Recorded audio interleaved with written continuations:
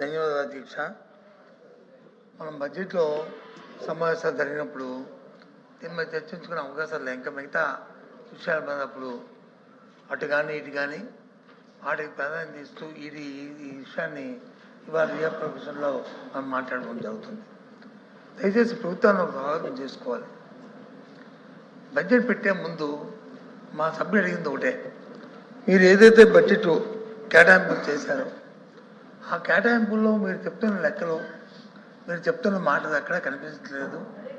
మాకు వచ్చి మీరు చెప్తారంటే మా నోటి మాట చెప్తే అది లెక్కల్లో కాదు, ఏదైతే మీరు బడ్జెట్ ఇస్తారో మా బుక్ ఆ పుస్తకంలో అవి కనిపించాలి అని చెప్పని సూటుగా మా సభ్యుడు అడిగారు అధ్యక్ష. మేము కూడా అది అడుగుతున్నాం, నేను కూడా అది అడుగుతున్నాను ఈ సభ నుంచి. దయచేసి అంకిలి గాడి కాకుండా వాస్తవత్వం ఏదైతే మీరు 3,32,205 కోట్ల రూపాయల బడ్జెట్ మీరు ప్రవేశపెట్టారో దాంట్లో డెఫిసిట్గా మీరు 75,000 కోట్లు వచ్చి ఫిజికల్ డెఫిసిట్, అలాగే 22,000 కోట్లు రెవెన్యూ డెఫిసిట్ని మీరు చూపెట్టారు. ఇది వాస్తవం. ఇది దాన్ని ఏ రకంగా మీరు రికవర్ చేసుకుంటారని అడిగితే దానికి వచ్చి మీరు వచ్చి బుల్డోజ్ చేయడం ప్రయత్నం చేస్తారు. ఇది ఇవాళ బుల్డోజ్ చేయొచ్చు, రేపు బుల్డోజ్ చేయడం అవ్వదు.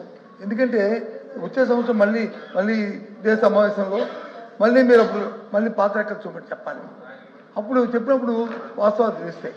దయచేసి నేను మీ ద్వారా ప్రభుత్వాన్ని అడుగుతుంది ఏంటంటే వాస్తవ విషయాలు చెప్పండి.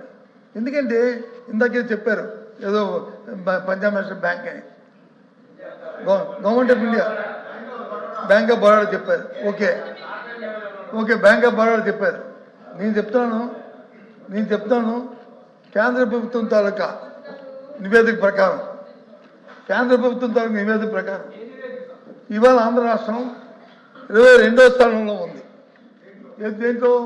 రెవెన్యూస్లో, జిఎస్టీ కానీ వసూలులో కానీ ఓన్ రెవెన్యూస్లో 22వ స్థానంలో ఆంధ్రప్రదేశ్ ఉంది. ఇది వాస్తవంగా చెప్పండి. ఇది నేను చెప్పింది మొత్తం చెప్పండి. ఇదే కాదు, కాగ్ రిపోర్టు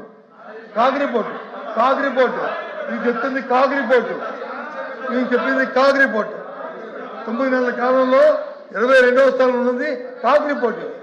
ఇదే పేపర్లో చూపెట్టి కేంద్ర ప్రభుత్వం కాదు, ప్రకటించింది.